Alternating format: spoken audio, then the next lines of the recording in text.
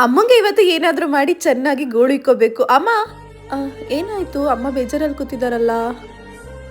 ಅಯ್ಯೋ ಕಾಲೆಲ್ಲ ನೋವು ಕಡೆ, ಕಾಲೆಲ್ಲ ನೋಯ್ತಿದೆ, ಅಜ್ಜಾಕಕ್ಕಾಯ್ತಿಲ್ಲ. ಅಮ್ಮಂಗೆ ಕಾಲು ವಿಪರೀತ ನೋವಿದ್ರಿಂದ ಅಮ್ಮ ತುಂಬಾ ಬೇಜಾರಲ್ಲಿದ್ದು, ನಾನು ನನ್ನ ಫ್ರೆಂಡ್ ಹತ್ರ ರೆಫರ್ ಕೇಳಿದಾಗ ಅವ್ರು ನನ್ಗೆ ಸಜೆಸ್ಟ್ ಮಾಡಿದೆ ಈ ಪ್ಲೇಸು.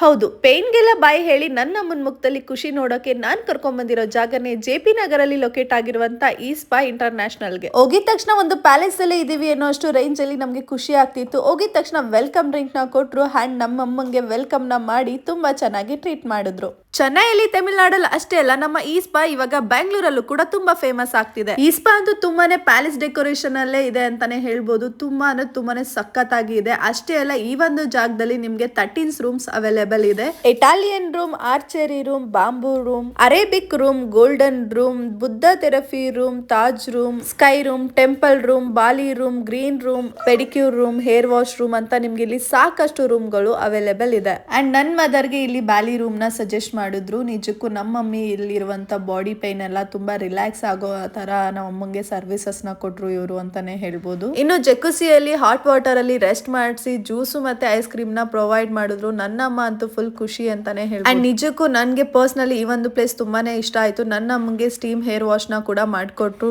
ನೀವು ಕೂಡ ಬೇಗ ಹೋಗಿ ಈ ಸ್ಪಾನ ವಿಸಿಟ್ ಮಾಡಿ. Thank you for watching.